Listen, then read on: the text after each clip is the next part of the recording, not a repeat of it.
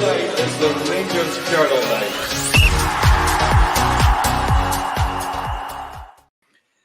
Evening, everybody, and welcome back to post-match reaction of the Rangers Journal podcast. I'm Scott Mackay, your host, and I'm delighted to be joined by Stu. How you doing, mate? I'm good, mate. I'm good. How are you? Aye, absolutely fine. So, basically, it says it in the title: first half good, second half bad. What's your reaction to the game?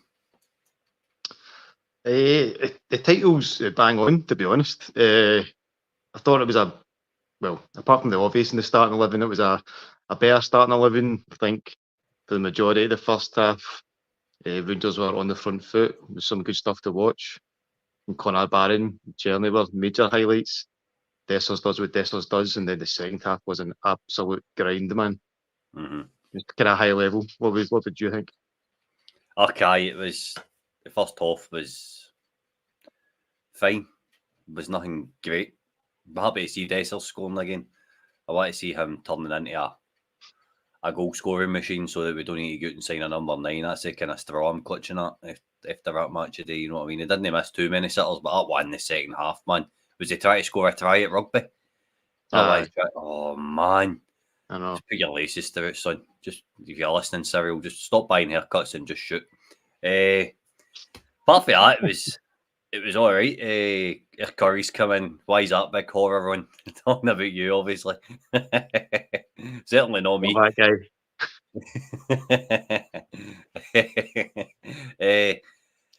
guy.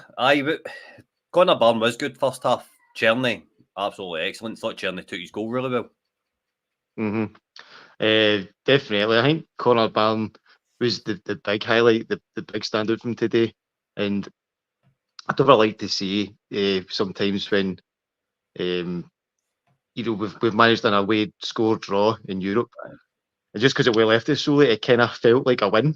So hopefully that was us starting to kind of get some momentum and kind of positivity going into like the first home game of this season. And I don't know, I thought like Barron was explosive. He had dig about him. His distribution was good. It was just an absolute kind of all-round top-notch midfield performance. I thought it was Cherny's best game for us as well. Like he said, he cut in on his left from the right-hand side, scored that absolute screamer. It's like Fagin-esque, to be honest. I was very impressed with it. Again, and I like the fact Dessers has continued. That's like 2 for 2 now for Dessers. If he does that for the rest of the season, because look, last season he didn't start every game, but if he's won a game, he's going to end up 30 plus goals. And obviously, you actually said something almost nice about him like 2 minutes ago there, but it's a big change. He's converting people. He's converting Scott Mackay right here. He's definitely not converting me, I can tell you that. You'll have Dessers number 9 on the back of the boy shirt at the end of the season. I'm just dealing with what's in front of me, mate. I'm going to need to watch him, so I'll be as well supporting him as far as I'm concerned. It doesn't mean I want to, but I'm going to. Don't know. Barron, like you say, there's not enough superlatives for that guy just now. He's one touch through the corner, wee nice phases of play, touch and go. Distribution, I think he's passing something he needs to work on. But today I thought it was spot on. Midfield was good. Aye, midfield overall. Well, I thought Diomande was quite tidy as well. Aye. I still think the midfield are all working out how they're playing alongside each other at times, though. Just having that kind of trust and awareness of where somebody's going to be. Well, you've got the ball, you're moving, that type of thing. Like you can see that still working away. But Diomande was tidy. As I said, I can't say enough good things about Connor Barron. Cherny was positive. I thought that was a proper OG on it. Aye, definitely. What did you think, big man? But apart from that, I felt he looked solid enough. Apart from that, I feel that he probably did well to kind of keep the heat and not like, oh Jesus, like it's a terrible OG. Did well to maintain his composure and continue to play. And I don't really think he made a mistake after that. I can see why he gets subbed. He's had an OG, he's on a yellow, and then obviously he took Balogun in to kind of shore up the rest of the game. Yeah. I thought Ridvan had a good game again. I thought he was good on midweek, playing off Jeffy in the second half, and I thought again he was tidy the day. Ridvan offers you something different going forward to what we've been used to with Borna. Ridvan offers you the option of him coming inside and playing a pass inside as well. What about Tom Lawrence? What did you make of him? I don't know why we need to keep persisting with this guy, if I'm being honest with you, Stu. So on to the negatives then, is it? Aye. Aye. Tom Lawrence, I just think he's so ineffective. And I think even when he does find himself in good positions or finds himself an opportunity, he could... They seem to be first sign for his maybe 1-2 touches, strike. He's one of the few people that can actually ping it from outside the box or the edge of the box with like venom that's going to test the keeper.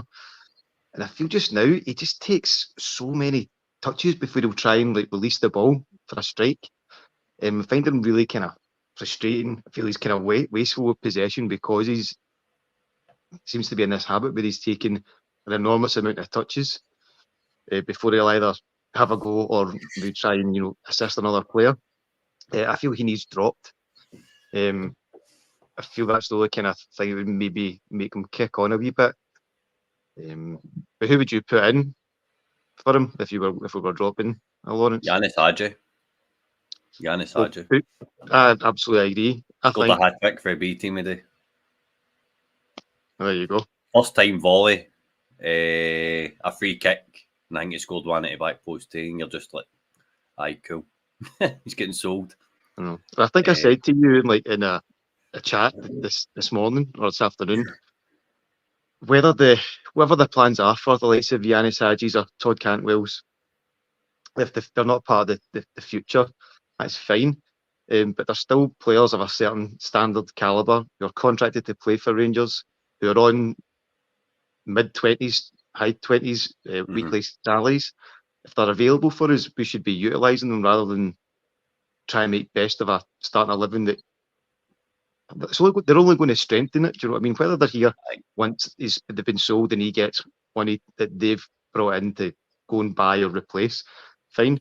But if they're there, they should be playing. Do you know what I mean? I think, like you're saying, a Todd Cantwell coming on for a Lawrence or a Hadji coming on for a Lawrence, there's good options to have, and we're kind of boxing with one hand tied behind their back by just not playing them. I just don't get that. Aye, I know what you mean. You're not helping their selling value and all that kind of stuff. No.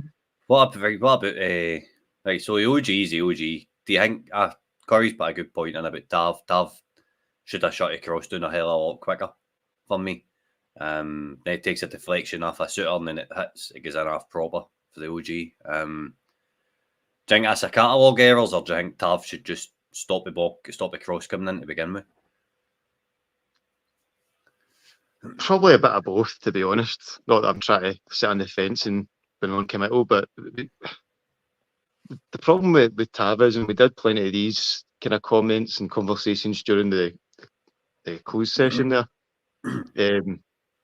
Tav's always presented the same problems or the same catalogue of problems. He's given the same 7 managers, is it 8 managers now, the same problem, and he's never corrected it. So I don't know if saying it's never surprised when you see him not shutting down corners or not kind of blocking the attacker and stuff, but I'd say that's probably certainly led to the kind of domino effect that happened afterwards, and Propper's obviously walked away with a bit of egg in his face from maybe our captain not doing his job. I know. I think a clean sheet would have certainly helped matters a day. I think we would all came away feeling a wee bit more comfortable with the result and the performance. But it was just that 2-1 hanging on there towards the end. It just felt a wee bit as if complacency could creep into me. Shit, a question, see what you think, Scott. And I think, well, I know what the answer is, but I'm just asking it because it should probably get talked about. But another start for Scotty Hampden, right? Why are we persisting with this guy? How much more are we going to... Right, he had one good moment in the first half where I think the ball cleared off the line. Then the second half, he maybe drove it Motherwell a wee bit better, but that's a bit hit, mate. He's not consistent enough. He's not good enough. Like, doesn't he produce the goods? I think there was a pass that came into him, and it was between the lines, and he got a ball caught under his feet. He was in a great position that day, and then when he gets shot away, his shot was feeble. So it's the same old stuff. Even Really, the isn't it? one, even like the first one, it was the absolute class ball in from Tierney, and it was like we missed those passes. That was an absolute Steve Davis pass. Rented his feet, Scott Wright. He's actually got round the keeper and just try to dink it in rather than just from there. He should have just absolutely leathered it, and maybe that stops that defender clearing off the line from him. But I thought after that moment, it's another kind of writing on the wall day for Scott Wright, and it kind of was. It's just see the. It's the thing. It's I just struggle to see what the boy offers. To be honest with you, Stu, it's not even as a squad player when he comes on off the bench, he does nothing. So would this come on? Need to keep giving him a game for? You know what I mean? I feel as if I'm just coming on here for a good moan, but that's essentially how I'm kind of what I take away from that today. The only positive was 3 points. And see for Tuesday, do you think Wright's going to start again? He probably will. I think he should know, right? But there's a good chance he will because we've seen consistently that he's getting selected. He needs to be part of that squad, obviously, because of he's a homegrown player. But I mean, even today, where Clermont's having private conversations with him at the side of the pitch, I think you're like, why are you telling him to do different or patting him on the back for doing well? Like, I don't really get that either. But I think he probably will. Like, I wouldn't be surprised if he starts. Do I think somebody else should start? Yes, but you can see it happening. There was some nice stuff played in the first half, but the second half, I couldn't go over how wasteful we were with the ball. Balogun gave it away a few times. Last 10 minutes, Motherwell actually had us kind of camped in our own box. And that's they were very much coming into the game, weren't they? Aye, and that's not something I ever thought I would say today, to be honest with you, that Motherwell were camping Rangers into their own box in a home match for the Rangers supporters. Aye, I know. You see, maybe slightly off topic, what did you think about the attendance today?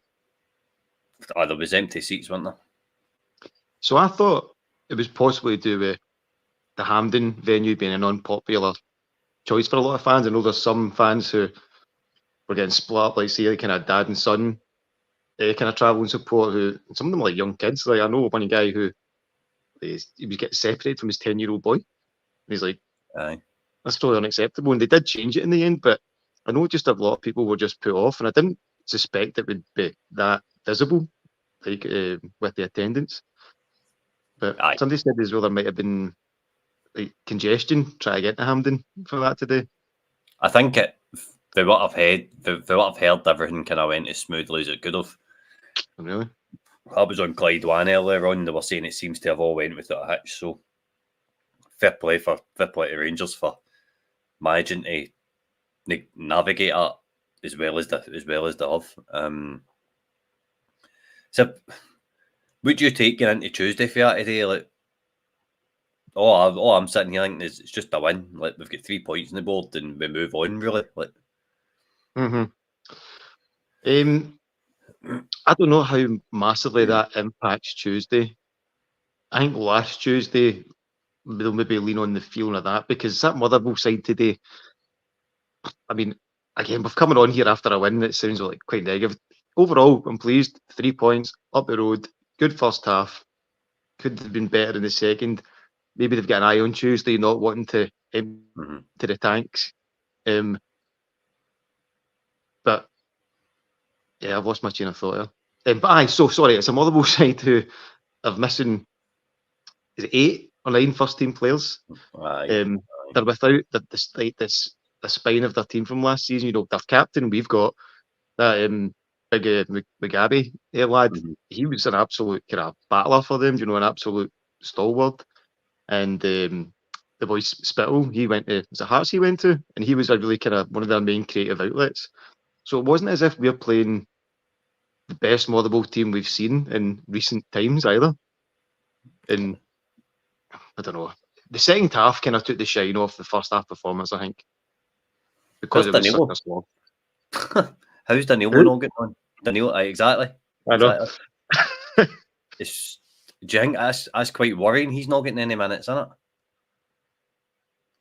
Well,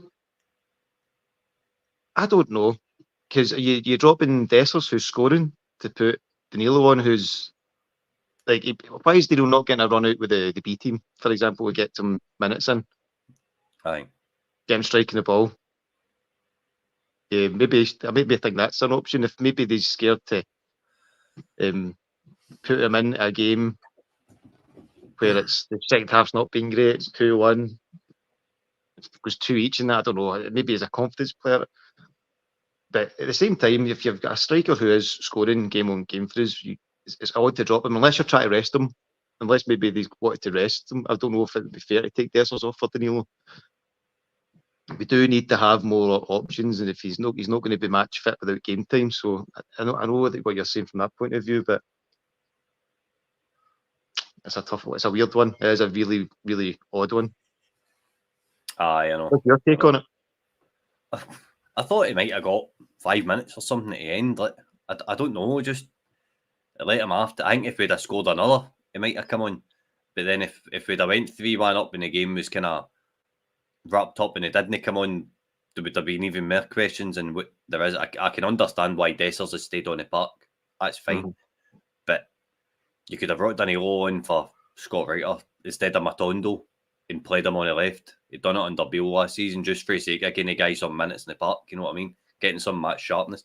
Because if Dessers does pick up an injury, which he probably won't, Dessers does pick up an injury, you've got a kind of an unfit backup number 9 there. Do you know what I mean? It's not very good unless. So that's a daunting thought.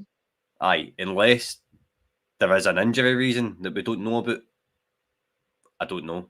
I really don't know. It's we'll just need to wait and see how it all kind of pans out. But I thought a subsidy. See seeing Kieran Dowell coming on that park, man. I'm just like, oh god. That breaks my heart every time. I hate that. I know.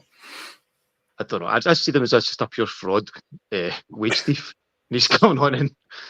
Why are we giving this guy appearances for Glasgow Rangers? It's unbelievable. And he got one in Europe as well. He got Kieran Dowell appeared in a Champions League qualifier. I know. It's that kind of thing annoyed me. Like Matondo coming on instead of Danilo, Dowell coming on instead of Danilo. There's just something not right for me here. Bluebells is saying none of his subs made sense. I probably need to agree with it. Pacers says we were hanging on against Motherwell. There's absolutely no doubt about that. Absolutely no doubt about it.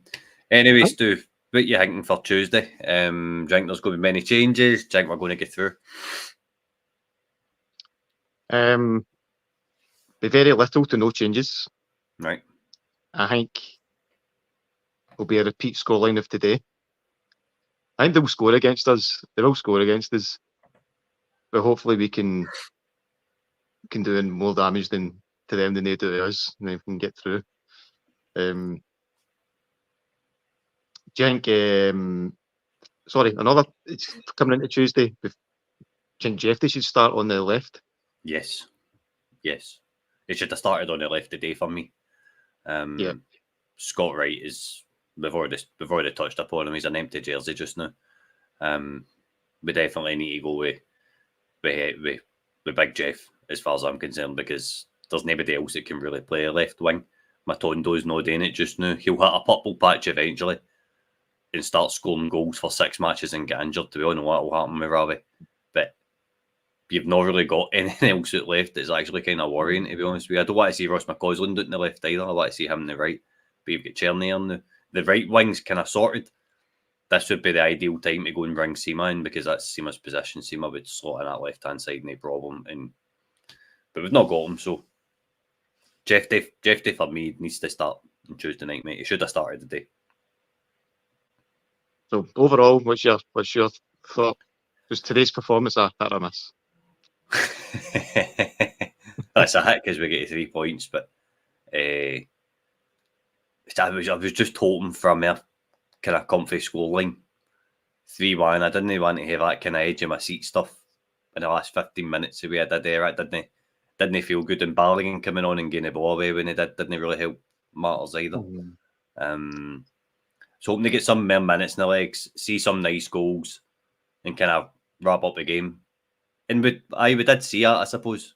We did see it, but it's just with that tinge of inconsistency still kind of sitting there. Do you know what I mean? Yeah, I think it's because we've not gave a team in pre-season or the games we've played so far, like, nobody's had to do enough as yet. Aye, pretty much. Not even a doing, just win. If we'd have won 3-1 today, see if we'd have scored a third in that last 10 minutes, it just makes you feel like more like, all right, that was a good performance. Like, you can take it, but because Motherwell were kind of battering the door down in the last 10 minutes, you're a bit like, it's the end of game feeling. Overall, I'm happy. We get 3 points and that's it, done. What about you? I pretty much agree with that to the teammate. So I basically, job done, but a lot of room for improvement for us, and look forward to hopefully seeing it. Aye, definitely, mate, definitely. Right, well, that's us. So cheers for coming on, Stu. No worries, mate. Thanks for having me. No problem at all, mate. That's us. We'll be back on Monday night with a sort of match analysis and the preview for Tuesday. And I see you Monday night, 6:30, guys. Catch you later.